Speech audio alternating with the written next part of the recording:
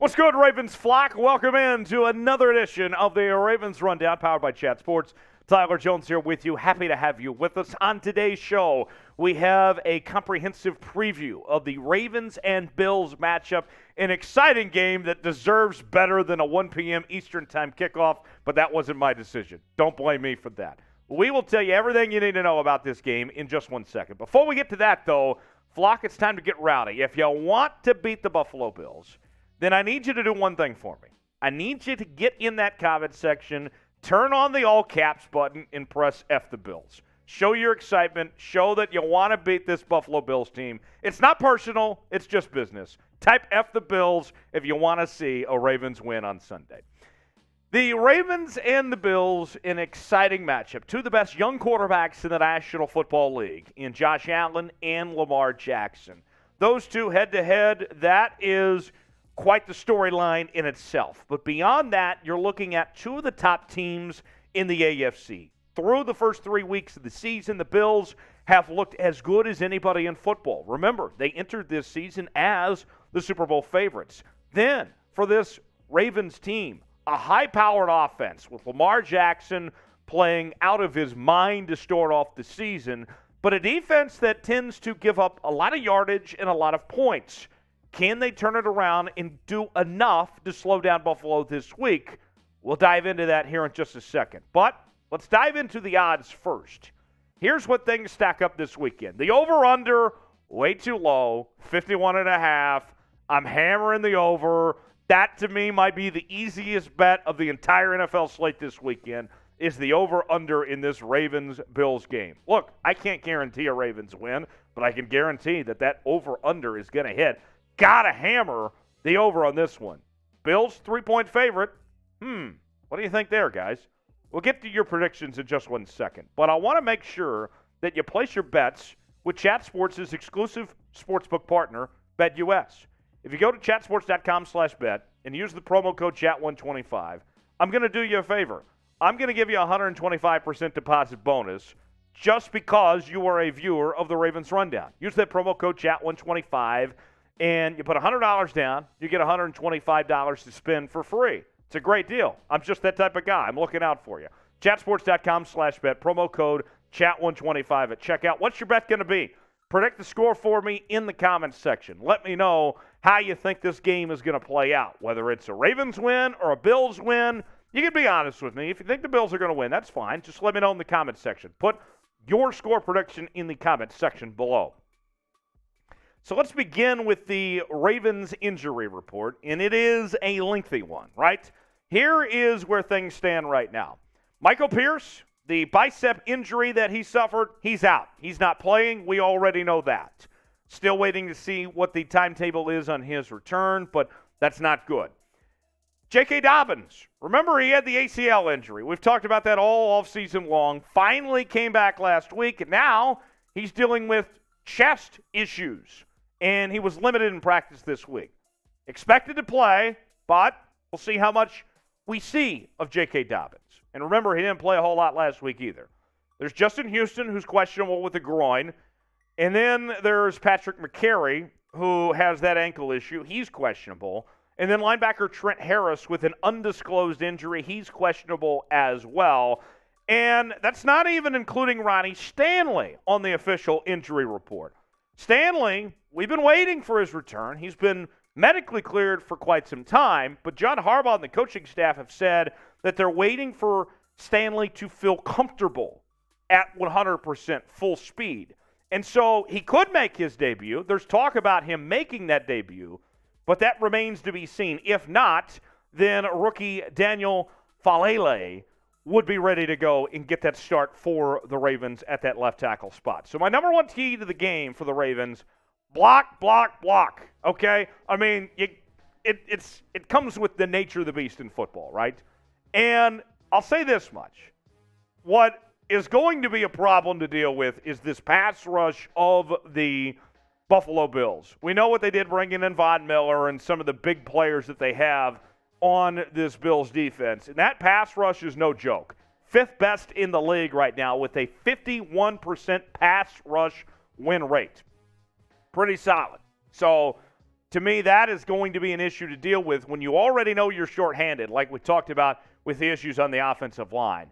But then also on top of that, dealing with a good pass rush defense in Buffalo here, that is going to be a lot to handle, a lot to manage for this offensive line that's already shorthanded as is. So blocking, whether it's pass blocking, run blocking, whatever it may be, is going to be a point of emphasis for this Ravens team to deal with. They're going to have to block well up front.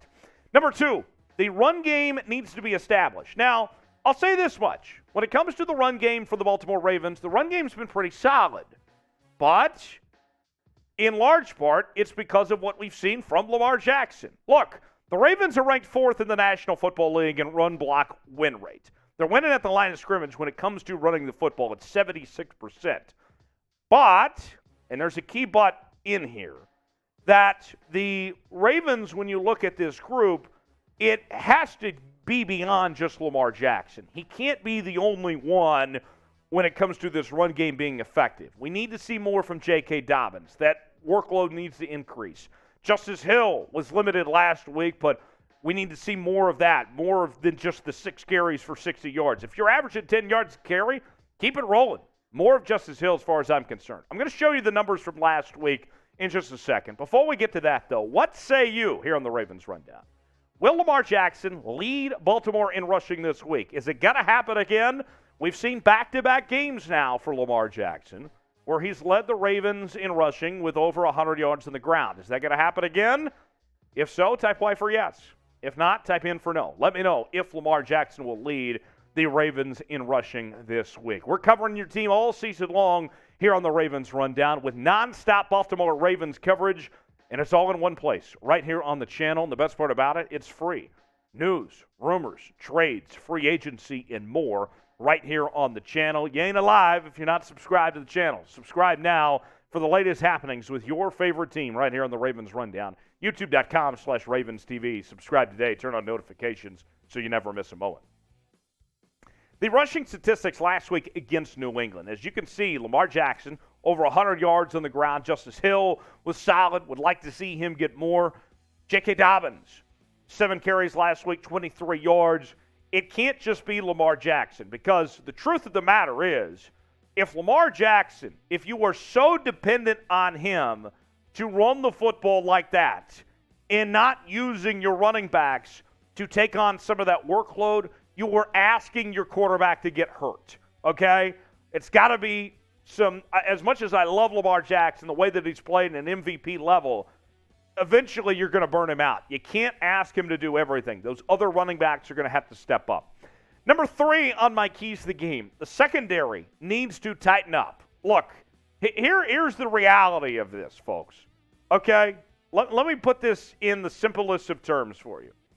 There is one team in the NFL that has given up the most passing yards of anybody in the National Football League.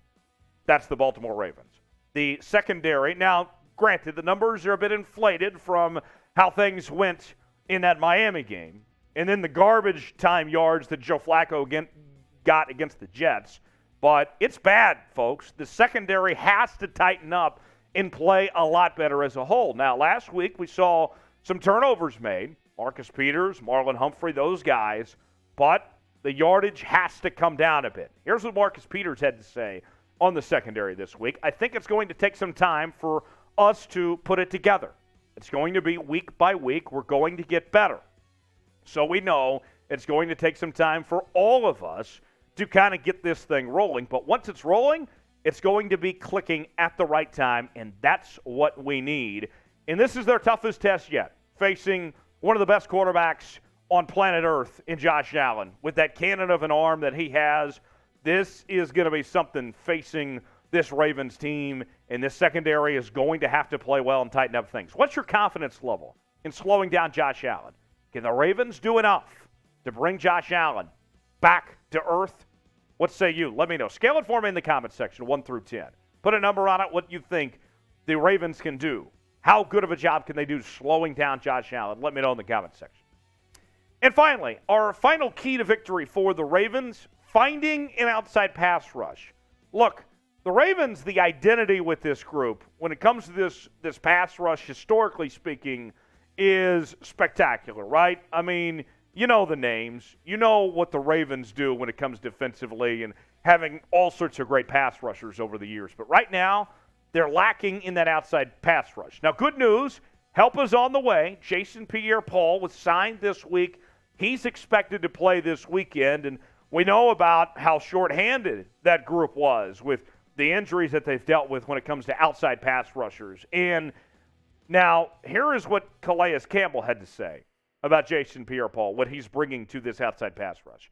JPP is a great addition. He brings a lot of great experience, heck of a talent, another guy who sees the game at a coordinator level. I think it's good to have veterans who have done it and who have had success. He's a two-time champion. He knows what it takes, and so bringing a guy like that is huge for us.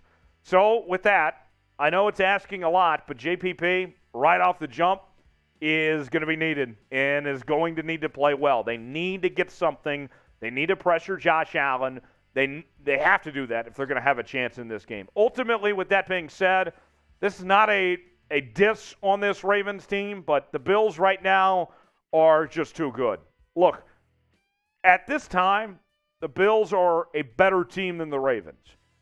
If the Ravens can get healthy, I think by the end of the year we could be having a different discussion. But at this point in time, just looking at the rosters, the Bills are a better football team. They're a better all-around football team. That could change later down the road if the Ravens can get some guys, but I think the Ravens are just a little too short-handed. I'm going with the Bills 38-34 to get it done in a very high-scoring game. We'll see what happens. We'll recap it all on Sunday. We'll see you then here on the Ravens Rundown. Thanks for joining us.